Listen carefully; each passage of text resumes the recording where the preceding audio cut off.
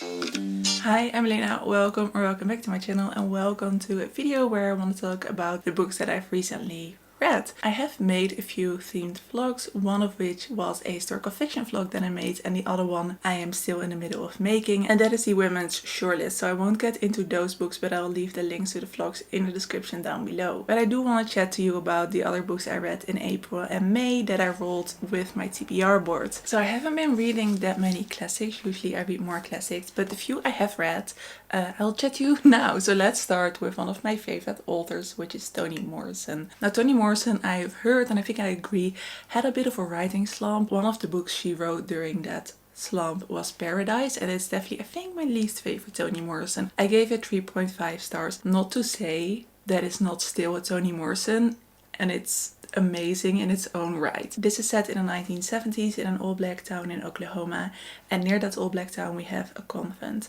And in the first chapter of the book we see that the convent is attacked by members of the town. We follow different members of the town and the convent as we slowly start to discover what happened, and we also really get to know these characters. It feels really wild and wide because we get to know so many people. I think that was one of the things that usually Toni Morrison does so well, but maybe in this book it was a little bit much, a little bit overwhelming. Still, the themes discussed in this book are amazing. Like, Toni Morrison is amazing. We have a desire for fitting in, which is one of the reasons why this town was created, but it's also a reason why the people who live in a convent, who are not nuns anymore, they're used to live nuns, now they live different women, and all those women who didn't fit in where they were moved to this convent. And we also really have a big theme of family and safety, which both are reasons for the creation of both the town and the convent. That setting was really interesting to me, and I really enjoyed the exploration of those themes. Simultaneously, I also really enjoyed the writing on sentence level because I just really get on with Toni Morrison's writing. I do really think that the novel in itself and the structure of the novel was a bit chaotic. It just didn't hit that level which I'm used to by Toni Morrison. So this ended up being a 3.5 star for me. I think so far I always rate Toni Morrison higher than a 4 star, so unfortunately not my favorite. But yeah, I'm happy I read it, but this won't be a Toni Morrison I recommend to people, I think. I also read 2 plays last month, one of which was my next Shakespeare. It's a bit of a hardcover to see, but that is Macbeth. And I have to say, I think I will need to reread this because I have forgotten most of it. I really enjoyed how the witches were integrated with the character of Macbeth and their communications, and I listened along with the audiobook, which really helped create that vibe, because every time the witches came on we had a little bit of music, a little bit of thunder. I think I could really like this, but it just kind of went over my head when I read it, and I just didn't really get a grasp of the characters as I usually do with Shakespeare. I think Lady Macbeth is more interesting than I could notice on this first read. I think I could really like her on a reread, so I don't have a whole lot to say on Macbeth so far. It was a very mediocre reading experience for me. Guessing that if I reread it I will like it way more, and that's not a feeling I often have. Usually on the first read I just kind of know how it's flowing for me. This will not be my favorite Shakespeare in any way or form, but I will reread it at some point. Quite different reading experience I had with one of the plays by Anton Chekhov. I read The Seagull. This was genius. We follow a group of characters who are mainly artists, and we follow them over a span of 2 or 3 years. It's a little bit vague, but our main characters, I think, is a woman who's an actress, her brother, and her son who is a writer. During this time these characters spend time at each other's mansions, homes. They have different levels of wealth, but they're not like the wealthy. But they just have conversations about art, conversations about life, very complicated and difficult romances. But my favorite part, I think, is when this play is a play within a play. So we see a young actress performing a play. I think that is written not by the son, but by another famous writer, or it is written by the son, I've forgotten. His mother, who is a well-known actress, comments on the play while the play is happening. So we get the dialogue of the play, and then we get like a live reaction from the characters who are watching the play. And I loved how layered that was. It was fun because it caused this tension, kind of this comedic tension that I really enjoyed. This is dark towards the end. It definitely has discussions on how you view your own art and how incredibly depressing it can be to not have your art go where you want it to be, and the kind of struggles that these characters, especially the son, has with that. So it is dark. It does talk about depression, but it's also very comedic, and I think Anton Chekhov generally is good at having these tragic, emotions and feelings that are underneath the character, but also having some comedy at the surface. And Seagull was just another perfect example of that. I gave it 4 stars because I do think some dialogue parts were slightly a little bit boring maybe. I think it may come more to life on the stage instead of reading it, but as a reading experience I gave it 4 stars, but I would love to see it performed. I think my favorite classic from this bunch is The Street by Ann Petry. This is a classic from the 1940s, and looking at the themes I really thought that this would be 1960s or later, so I guess it was a little bit ahead of its time. We follow Lucy Johnson. She is recently separated from her husband, she has a young son, and she is really fascinated by the concept of the American dream. So what she wants is a better life for her and her son. She lives in New York, in Harlem. As a black person, she doesn't really have a lot of choice of where she wants to live. So she just picks the apartment she can afford, but she already notices that there's so much wrong with the building. Not structure-wise, also structure-wise, but just with the people living there, with the culture, with the atmosphere, and that it doesn't match with what she wants as the American dream. What she does is work very hard, and in doing so she neglects her son, but she doesn't really have a choice because she needs money, she needs the income, she needs to be able to pay for the apartment. And this book is really strong in showing that the American dream only works if you start out with a certain amount of privilege. That is unpacked very tragically and painfully in this book. Therefore I think it was quite a slow read for me, even though every page deserves to be in this book. Sometimes I feel like a slow read is a slow read because the book is quite big, and I think for like a literary classic, this is 400 pages, it's quite big. I think books with similar themes are usually a bit thinner, but this book deserves to be this big because I think you really need it to get a grasp of the mundane, to really understand how these themes were unpacked. I think if you would have rushed that, it wouldn't have been as powerful. The street of the title is a physical street, and in this street things seem inevitable. Certain tragedies seem to happen whether you try really hard or whether you don't. It's just unavoidable because it is the result of racism and classism in New York, in America. We have those themes, but we also have really big themes of sexism because the male characters in this book are absolutely horrible. We have a father, we have a husband, we have new men that Lucy meets who are all heavily despicable and make Lucy's life so much harder. But I think the beautiful thing about this book, or the beautiful interesting thing about this book, is that even though those men are quite horrible to her, Lucy never blames them for their behavior. She blames society for forcing them in the position that they're in. That sounds like she's making excuses for them. She is not. Her thought process is part of the goal that this novel has. It reminded me of an image I saw that discusses cycles of abuse. So it starts with a boss screaming at his male employee. The man screams at his wife screams at her child screams at the dog. The behavior of the black man in this book towards Lucy really kind of represents that image. The plot really plays within it as well. We have this big inevitability of what can only happen to these characters living in this street.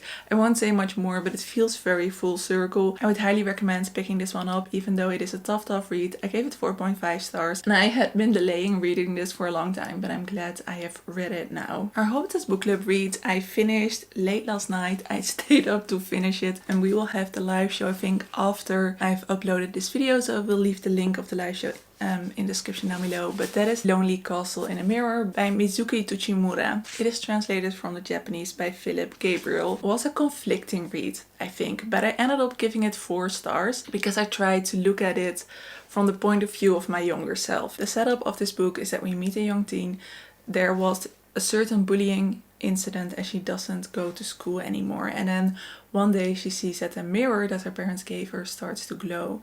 She enters the mirror, and in the mirror there's a castle. She meets 7 other kids in this castle and the character that we can see on the front of the book, which is the Wolf Queen. And the Wolf Queen tells them that they have until March to stay in the castle, just hang out with each other.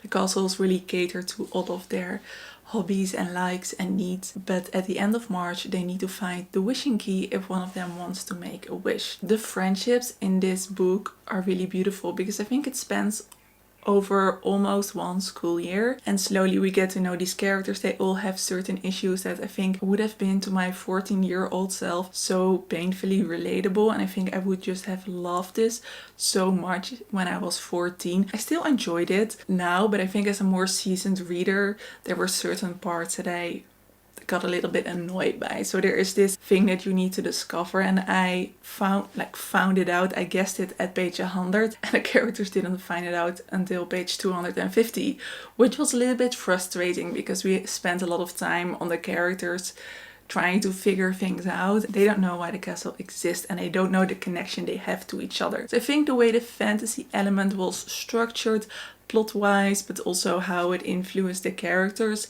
I found slightly annoying. But the characters themselves, I loved the way the characters interacted with each other on a human level. I really enjoyed. So I think I enjoyed the contemporary part of this book, not so much the fantasy element. I think it could have been way more magical as well. I wouldn't really call this a fantasy. I think it's more magical realism, which gives way more leeway to use, I think, a fantasy or a fantastical element to support the characters instead of the characters discovering some sort of magical world. If you haven't read this and you do like magical realism, go into it. I think thinking that you're going to read a contemporary novel about characters who are supported in their development by a fantastical element instead of thinking you're going to read a fantasy, it might be really awesome.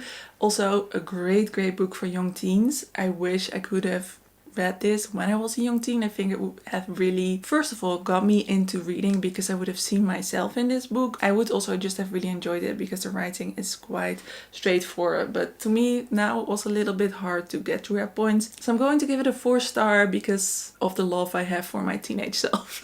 I apologize if my voice is getting a bit gritty. Hay fever is having its best time right now. But let's head over to some comfort reads for my adult self. So the first comfort read, mood read I read in April was The Fairies Secret Society for Witches. Do I say that right? The Fairies Secret Society of Irregular Witches by Sangu Mandanna.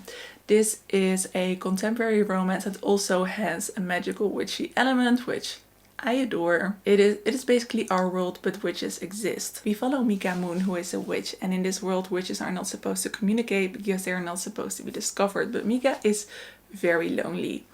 She's also not very good at holding down a job. She finds a job as a tutor to 3 young witches. She is very surprised that she is approached to do this because she has a YouTube channel in which she is a witch. So she has a witchy YouTube channel, but the caretakers of these 3 young girls see that she's actually really a witch. Not all of them, because we have Jamie, who is very skeptical, also very lonely, and of course our love interest. I enjoyed this a lot. I had heard great things about it, so I thought I would love it, but I have such a warm, fuzzy feeling thinking about this book now. And when I finished it, I said, lovely, cheerful, and what I needed. Not super memorable. I think it's more memorable than I thought because it's been almost 2 months since I finished it. Gave it 4 stars, by the way, and I still think about it. Such a happy feeling. So I definitely want to read more by this author because I think she really nailed writing these characters as emotional beings. The relationships between the found family, between the girls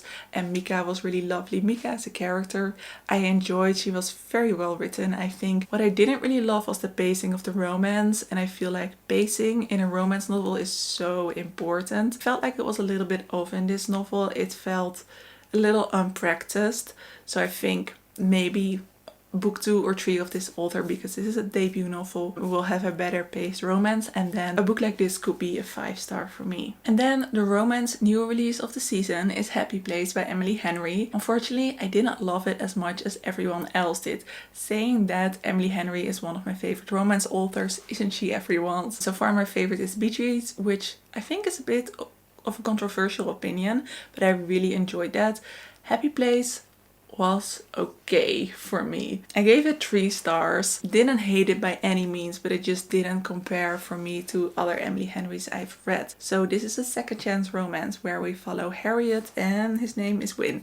We follow Win and Harriet, who have been dating all through college, and they have been dating I think for 7 years, and then they break up. They are part of this family group and they are going on their last vacation together. They haven't told their friends yet that they've broken up because they're kind of afraid what it will do to the friendship group.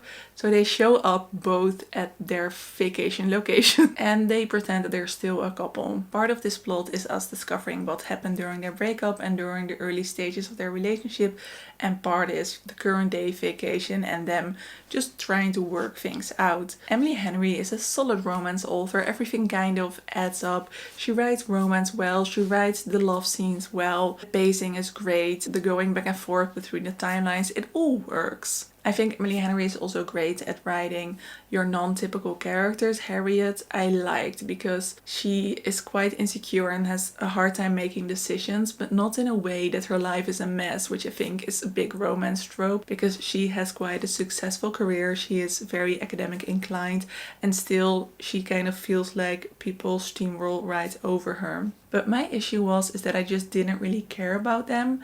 I found them a bit boring at points. And then the second thing is that the friendship group I found a bit juvenile, a bit annoying. I love it way more when we see these two characters in isolation. That part of the friendship group did get addressed quite a bit, which I enjoyed, but that doesn't take away that I had to stand it for most of the novel. So I think the fact that this was a 3-star and not like a general 4-star for me, which I give usually a romance that I really enjoy, it's just some personal things that I like and dislike. I think if you like friendship groups, I think if these characters are kind of for you, then this would be just as great as any other Emily Henry book, but it just wasn't my cup of tea. I will have to say, if you want to hear me rave about books, then go to my historical fiction vlog, because those books I loved way more than the books I'm discussing today. And then another very hype book, I think this is the Legends and Lattes of spring 2023. Emily Wilde's Encyclopaedia of Fairies by Heather Fawcett. Again, didn't love this.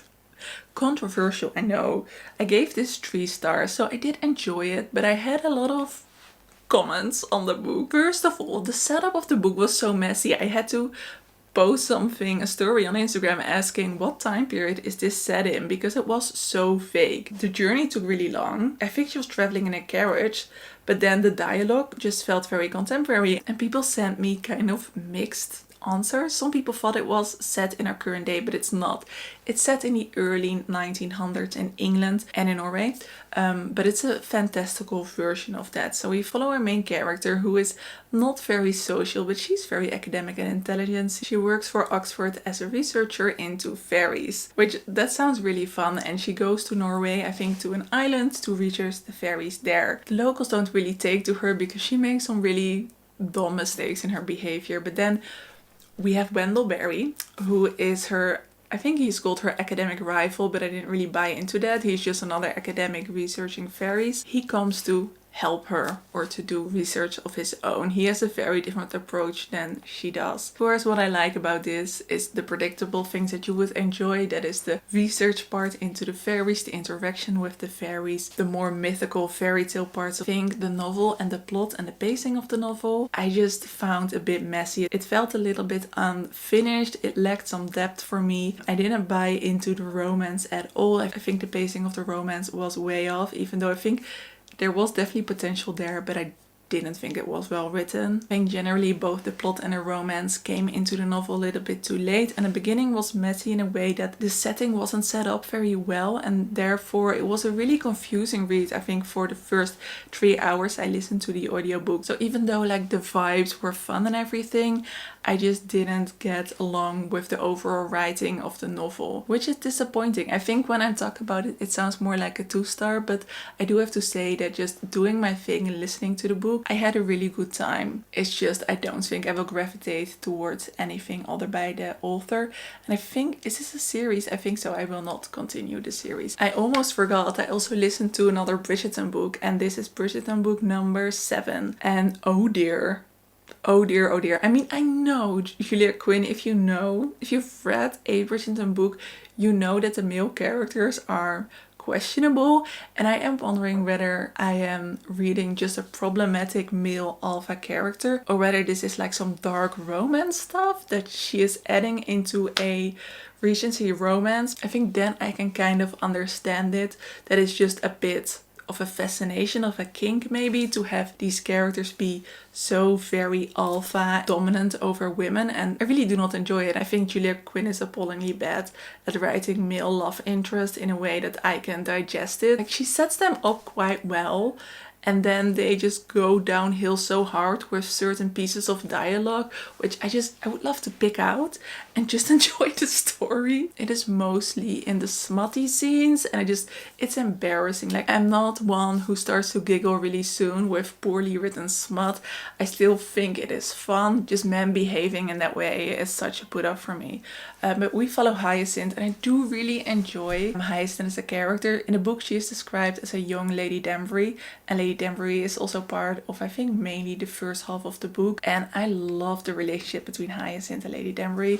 That is like the highlight of this book for me, and if you're going to read it for that. I mean, and maybe just skip the romance parts because it's a little bit embarrassing. The love interest is called Gareth, and he has an interesting relationship in the book. I'm not going to say what, you can discover that for yourself if you want to, but I thought that was quite fun. There's a little bit of mystery with him, which is also fun to discover. He and Hyacinth are working together to translate the diary of his grandma, which was written in Italian, and he doesn't speak Italian, but Hyacinth does. And that is really fun. I really liked those parts of the book. Just the romance just really didn't work for me, and it could have worked, but he does some things that are just the biggest red flag I have ever seen in romance, and not just once, but like 3 times the things he does, and I didn't love that they ended up together. I know that like every Bridgerton book I have read, I've had moments where I was like, girl, run.